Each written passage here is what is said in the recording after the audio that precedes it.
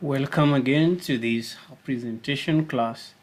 We have been blessed to have this series in identifying those plants that are around us and God has given unto us that if we use alongside the natural remedies and other laws of health, we are able to achieve a good health as well as being able to carry on the gospel to the whole world. Remember in Malachi chapter 4 verses 2, there is a sun of righteousness that is rising from the east with healing in its wings. And this healing is the gospel of peace, the restoration of the principles of life that God had put in the beginning and in the new earth to come. So we have to be a people who are propagating and agitating and educating the people to make sure that they know that there is a time that is come. It is an evil time because men are seeking to act mischievously against the people who are innocent and are ignorant of the trouble that is coming upon the world. Again, in Psalms chapter 67, verses 2, the Bible says that his saving health may be known amongst all the nations. That saving health is basically what was there in the Genesis chapter 1 and chapter 2 before sin. And God has given us the word of restoration and reconciliation to make sure that we understand this principle and save many people that have been trapped in the system of this world. Now today we have wonderful herb that is growing almost everywhere. If it is not in your place, it is because you have not researched and have not had a desire to look for it. It is called the insulin plant. And in the botanical name, it is called Chamaecostatus cuspidatus. And this herb is known for as a nature glucophage. Now, if you know about glucophage, it is a drug in the store that is used for reversing the high glycosis process or high blood pressure. By lowering your blood sugars, it inhibits the process of insulin production within the pancreas, and sometimes it causes a problem to the pancreatic beta cells. But what does this herb use for? It is specifically for boosting sugar and lowering sugar that is very high. It is called the insulin plant. It is sour in taste and very soft. It has soft stalks, and we use the leaves for the treatment, either as tea or as a juice and as a powder when dried. It is found majorly in India. In many countries, if you ask about it and research about it, you can get it. Nature glucophage. In 2016, there's a study that researchers found the consumption of insulin plant leaves help prevent postprandial blood sugar spikes in those with diabetes. This study shows that a consumption of insulin plant leaves is effective for most people in bringing down blood sugar levels when used in conjunction with other modalities of diabetes treatment, such as constant exercise, drinking a lot of water, taking a lot of dark green leafy vegetables, and eating fruits, and also supportive remedial agencies, herbs like cinnamon, like licorice root, golden seal, stinging nettle, clove powder, and dandelion, and also using plantain. Well, it also found that that among participants who are insulin dependent, after eating the insulin plant leaves for only 15 days of the study, their insulin needs decreased by half. This was seen in every person who was insulin dependent in the study. So insulin plants have the properties like antioxidant property, antimicrobial property, anti-cancer property, and the anodyne properties. What you need to know is how to extract it that it becomes so powerful.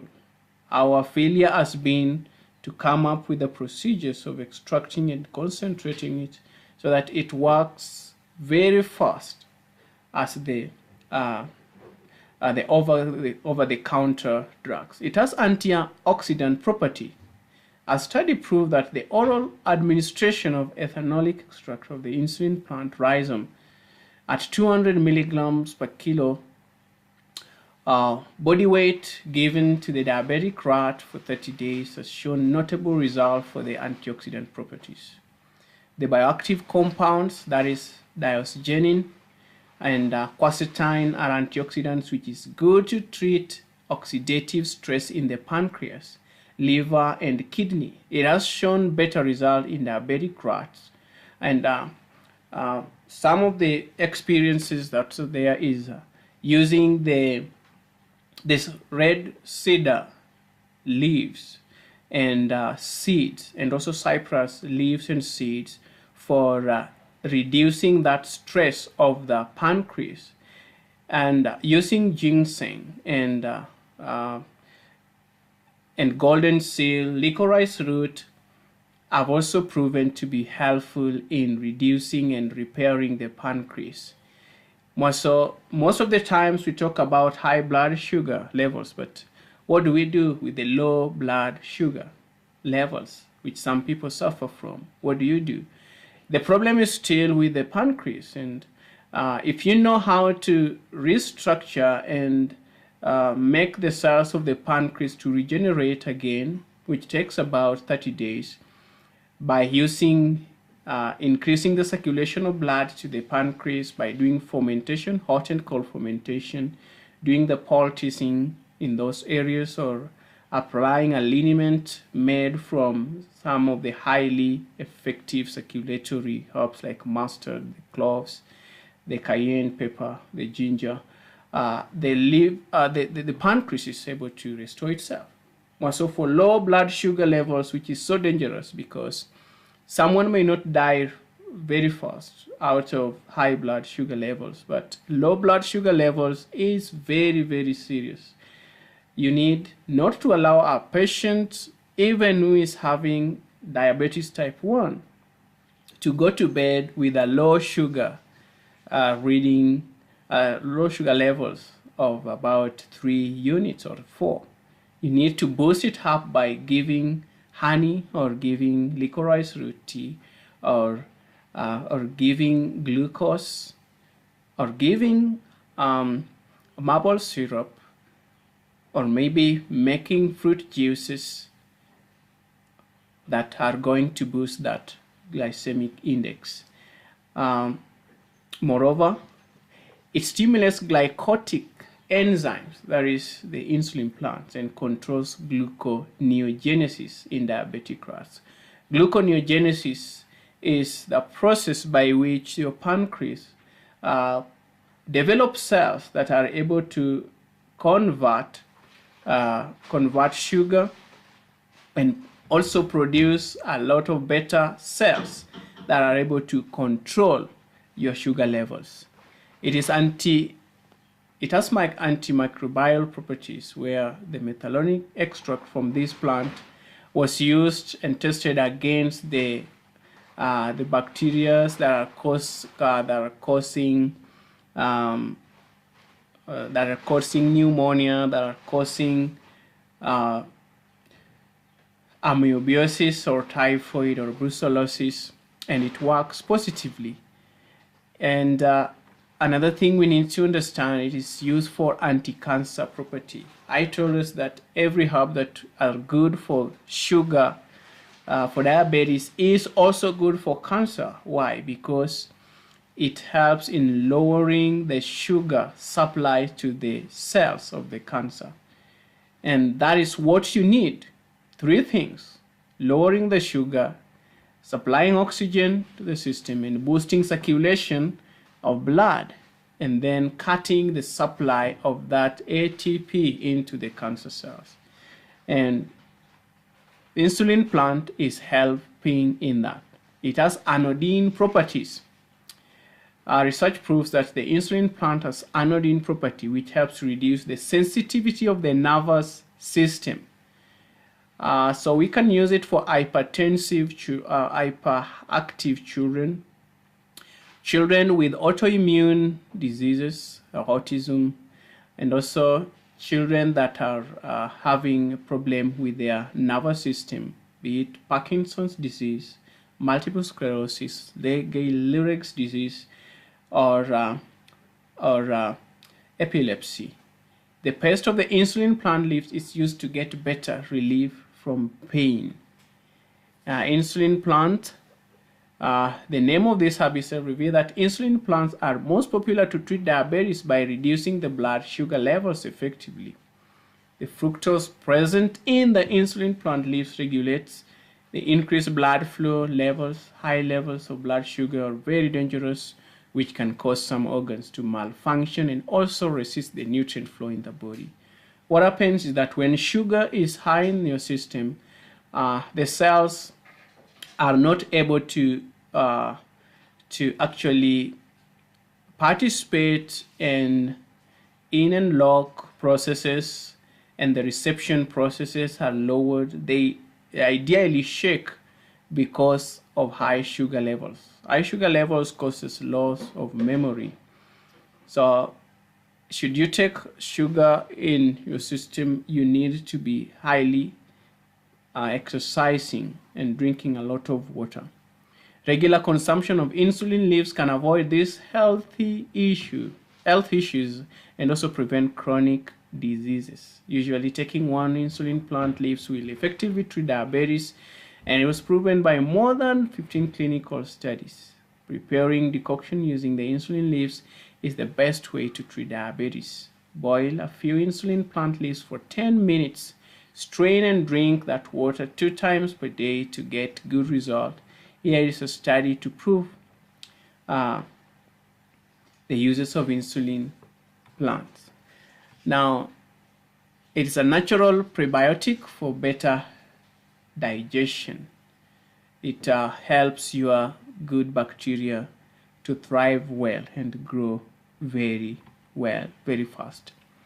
It has high antioxidant properties, able to feed on free radicals within your system if you take the juice of it. And the goodness is that it is very, very tasty. It's very tasty. If you make a blend of it and put some ginger in it, it's a very tasty plant and natural juice to take in. And it has antibacterial properties that we have discussed before. It helps maintain kidney health by flushing out the kidney stones, and it cures liver illnesses because of the cholinergic effects, that is increasing the bile flow, as well as helping the liver cells to lower the fats that are stored in the liver.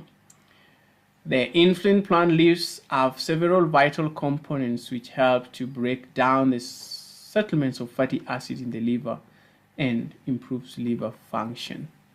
It maintains bladder health by increasing the diuresis process and washing or cleansing out the system, the urinary system. It boosts immunity. It has antioxidant property which automatically encourages the immune system by eliminating the free radicals from the body. By having a well-maintained immune system, you can live a healthy lifestyle. You can start your day by drinking insulin plant leaves extract with honey. Drinking it at least 2 times a day will slightly increase the immune system and protect your body from illness. It prevents cancer.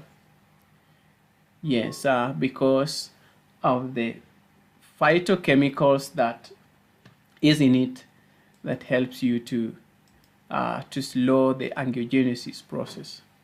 So that is what we have for our class today. I believe that you are blessed. Remember the 8 laws of health, alongside being in a good environment, growing your own food, as well as ministering to others. Do not bring attention unto you. The Bible says that he is blessed who takes care of the poor, because he lends to God.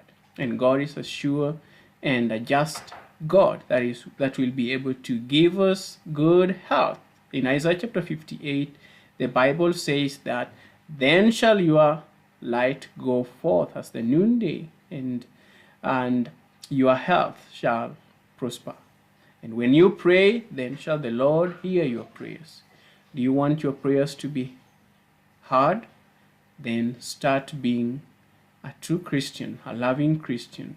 Loving and lovable Christian is the greatest argument we can give unto the world. So God bless you.